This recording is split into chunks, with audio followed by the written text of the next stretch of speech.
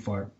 There is there's a website that we're looking at joining, and they basically are very good at making a virtual experience of a real tabletop game. So you can sit around with your friends around the world and actually play this game, and it lets you like play with the cards and roll the dice.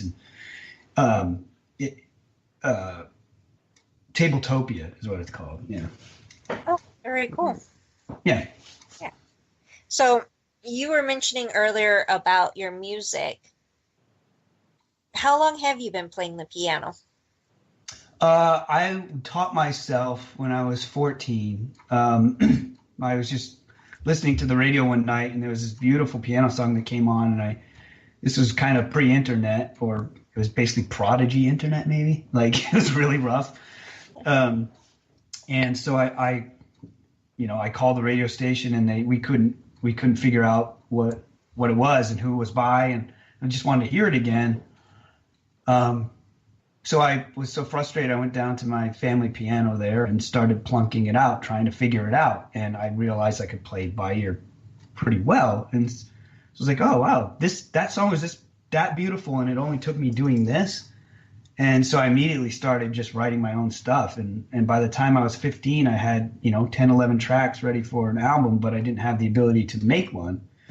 And then life took off. I went to college, and I lived in Italy for a couple of years doing service, and then I got married and had kids, and then the show came, and so I was finally able, and technology grew with me. I was finally able to make some albums of it, and I was nervous as heck to share them, but the feedback has been phenomenal. Again, people are telling me, hey, we just got married and walked down the aisle to your music, and people telling me that, hey, my child who has anxiety, who won't fall asleep, will only fall asleep if he listens to your music, or my dad passed away and your music helped me through that, or my dad passed away and this helped him cope with it. It's just like crazy stuff that I could never imagine. I expected people to say like, oh, that's pretty, like, holy cow. So that's cool because it's reciprocal. I help them, and their stories drive me to make more.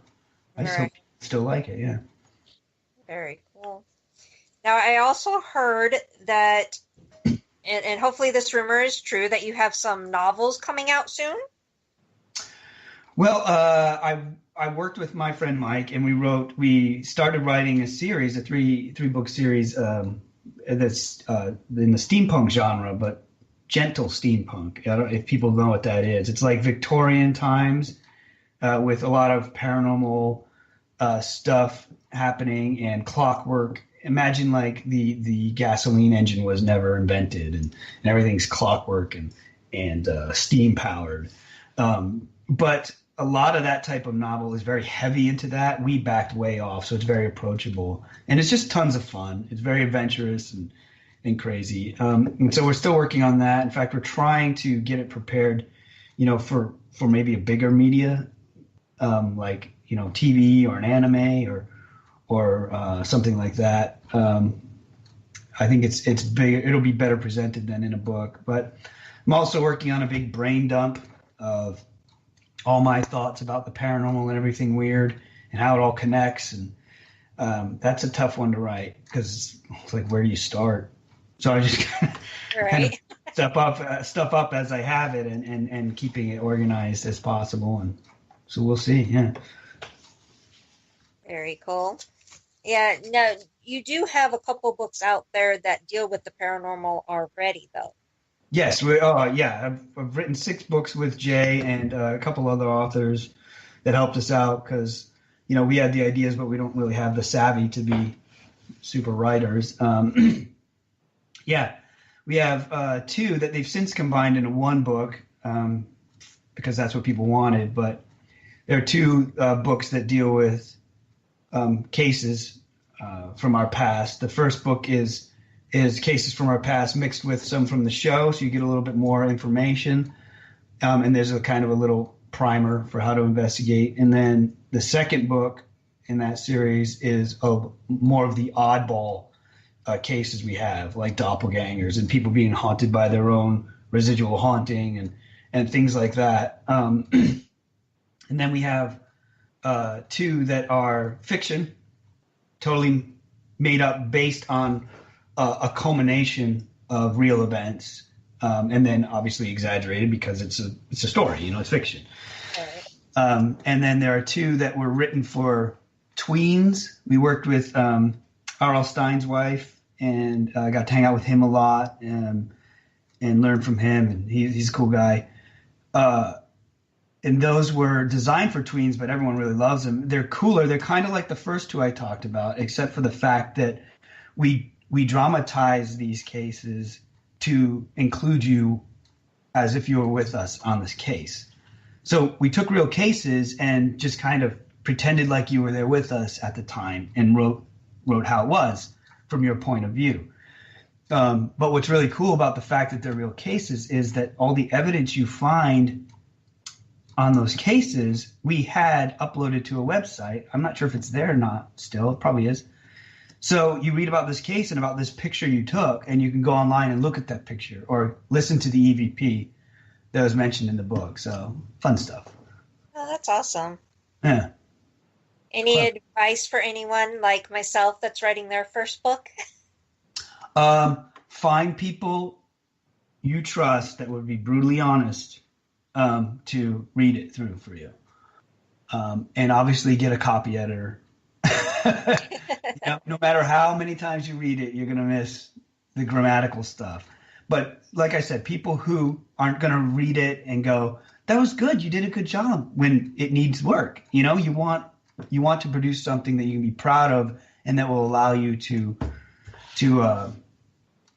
make another one. If all your friends are afraid of hurting your feelings, and then the book's not as good as it can be, and that's not what you want. So you have to have people who understand that and who are willing to say that. And honestly, take breaks. And it's the world of self-publishing, it's kind of a pain to publish an ebook, but it's worth it. I mean, working with a lot of publishers can be tough. But if you have an ebook and it becomes very successful, you can be published also, but retain your ebook rights. And so, I'm actually already under contract with the publisher. Oh, okay. I actually have a year to write this book, but I know my paranormal team, Tucson Ghost Society, is listening to this. So you all heard Grant. You have to be honest with me when you read the book. Yeah, I mean, be diplomatic, but be honest. Yeah, they don't want to get in trouble. But if they care about you, they should be able to, right, just be open about it. Yeah. Well, if nothing else, I know my husband will be. Yeah, I will be very honest. There you go. That's what it's for. So I know we got a couple questions in the chat room that I kind of missed, so we'll go back real quick. I think one of them was asking what was one of your favorite places to investigate through the years. So, I mean, my whole kind of history in this field has been getting into people's homes and helping families, quietly, indiscreetly helping these people over the course of months to resolve their issues and bring comfort to them. That's my favorite. My favorite are every time people ask me that, I know I give a disappointing answer, but it's always the residential places. I love the impact there. If I go to a place of employment, I still make an impact, but those people can go home at night. You don't live there. The show did a lot of stuff like Alcatraz and Waverly Hills and things, which are amazing places. And I'm grateful for having been there, but the need for help was very low. And I know that, like, the reason we would do those things was because they were familiar places to the fans of the show, and it was a safe bet. Like, let's fly and move all, Steve's driving and the crew's driving. Let's move all that to California to check out these 2 or 3 homes, and we don't know what's going to happen. So let's back that up by securing Alcatraz, So it's a safety net. And it worked out because that allowed, I think, it kind of opened the doors for the ghost hunter types rather than paranormal investigator types,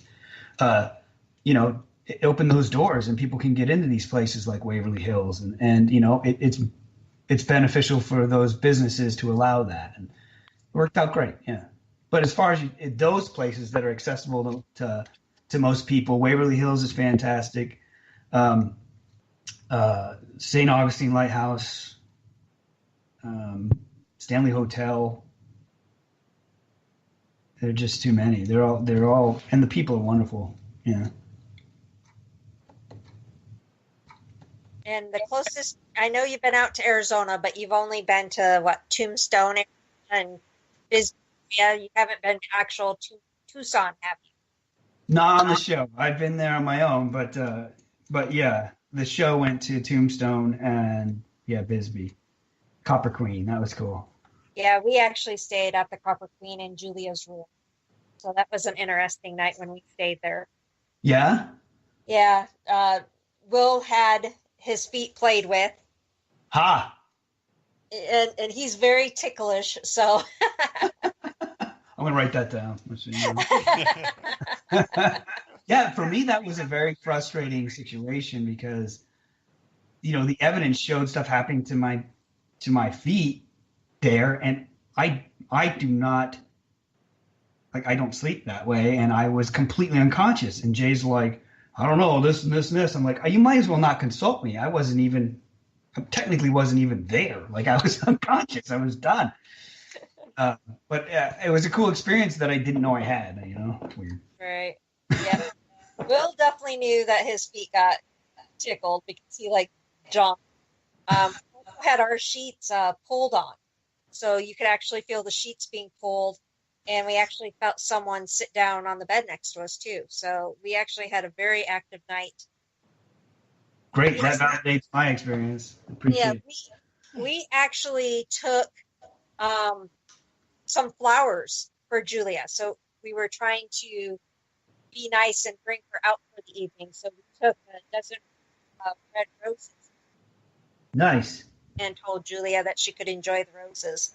So maybe that's why she was active. Who knows? But it worked. Maybe she pressured her into tickling your feet. Maybe she felt she owed you something. I don't know. I definitely do not recommend having a REM pod going and trying to go to sleep with that, though. Oh, no, never. Because every time we tried to fall asleep, that thing would go off. Yeah, we didn't get much sleep that night because we left the equipment on to try to document things, and yeah, we kept waking up. Oh, I am being told that I need to tell you about the hotel that we had to ourselves. I'm not sure if you guys, have you ever been to the St. James Hotel in Cimarron, New Mexico? No. Will and I went there in December, and we were actually the only guest booked in the entire hotel for the night. So we ended up with the entire hotel to ourselves to investigate. That's amazing. Yeah, it was so much fun. We didn't get a ton of activity, but we did get some, and it was a lot of fun being the only people in there because we knew it wasn't someone contaminating the evidence. It was just us. Yeah, right. You got that validation that there's no one else in there. Right. So, awesome. Okay, what other questions have we missed, Will? You're supposed to be keeping up on the questions with me. Well, I know there's this one while I look for that one. Let's get this one out of the way. Yeah. If someone is going through personal stuff, stress, depression, do you believe that can cause a spirit to manifest? That energy can be strong enough for a person to subconsciously conjure up? That was a huge question. That was. Well, there are different sides to that question. Okay, so people can become so depressed that they have there's not anything real there, but they can summon help inside their own mind. Does that make sense? Actually, I get that. And the other side of it is that it's one of the things I'm studying, trying to find some more answers because I have some theories on it. But I've dealt with inhuman stuff, and I've dealt with possession and things